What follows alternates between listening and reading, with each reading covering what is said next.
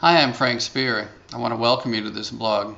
This is actually the fifth part in our series of anterior temporization and the refinements and how to fabricate, trim, polish, etc. What we're going to talk about today is actually facial embrasures and incisal embrasures. It's a critical part to the overall look of the temporary, but it's also really critical when you're managing particularly things such as tooth widths. So just to show you an example, this is a dentist from California that came for treatment years ago who has a right canine in the right lateral position and a left lateral in the left lateral position. The two teeth obviously have significant discrepancies in terms of widths. He also has a fairly dark left central incisor, some open embrasures he wants closed off, and overall the desire to make some cosmetic changes. So we're going to actually do some restorations on the anterior and back to the premolar region. Now on the anteriors, because of the color of the centrals and the contour issues, I actually chose to do some full coverage restoration so I could get the color to match on everything. In addition, on the left central I went farther subgingival than I did on the other teeth. And then in the premolars we actually just did some facial veneers and stayed equa or supragingival.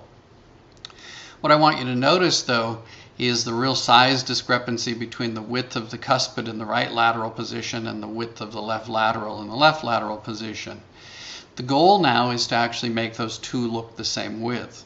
And my technique is always the same. I make my two centrals ideal in terms of a pleasing width to length ratio, and then I use the illusion on the lateral incisors to make the left lateral look wider by making the incisal edge look a little bit wider, the incisal embrasures a little smaller, the facial embrasures a little smaller, and then the right canine look narrower by opening the incisal embrasures up and opening the facial embrasures up.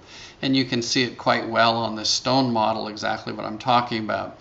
I did fabricate these temporaries on the stone model indirectly because what I can do is scrape the distal of the lateral on the stone, the shape of the papilla, so I can make a more abrupt emergence profile to make the cervical of the lateral look wider as though it was a cuspid.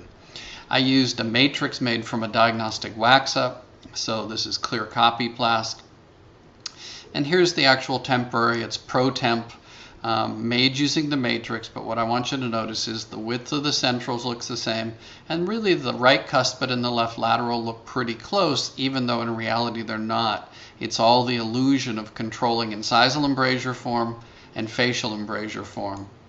Now here's what it looked like when it was actually in his mouth. And I think in his mouth it even looks actually more close than it did on the stone model. Ultimately we'll simply make a model of this as a go-by for the laboratory, and then they can even refine the contour more yet.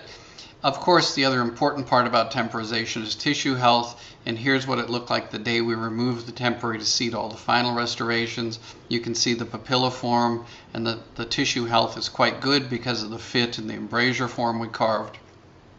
And here's the final permanent restorations cemented in place, and the smile. And I think, honestly, if you didn't know that the right lateral was a canine and the left lateral was a lateral, you'd have a hard time telling. That's what I mean about incisal embrasures and facial embrasures. Now, how do we really create them? Well, in previous segments, we've gotten all the way to trimming and creating the gingival embrasure. What we now do is we determine the width we want the incisal edge to be, and we locate the incisal embrasure, and then basically the facial embrasure gets created between those two. And we can make it more acute if we want the teeth to look wider, just like we make smaller incisal embrasures if we want the teeth to look wider. If we want the teeth to look narrower, we make big incisal embrasures and we make bigger facial embrasures. Bottom line is the incisal angle flows into the facial embrasure. They have to line up with each other. And again, I'm going to use that 911H, that ultra-thin flexible double-sided disc to do this. So if we go to the same temporary we've been working on in this whole series, the first thing I do is I go locate the incisal embrasure. I actually define it very clearly. So I take the disc and I define where that incisal embrasure is. And now I'm starting to create the facial embrasure. I'm cutting into the interproximal up the facial surface, and with the flexible disc I'm pulling it against the lateral. That's how I'm creating the curvature of that facial embrasure. And now I'm pushing it against the distal of the central. That's how I'm creating the curvature on the distal of the central. We do the same thing on the other side, and then the same thing right up the midline. So we create the incisal embrasure between the centrals, and then use the flexibility of the disc to actually start to create the facial embrasure form.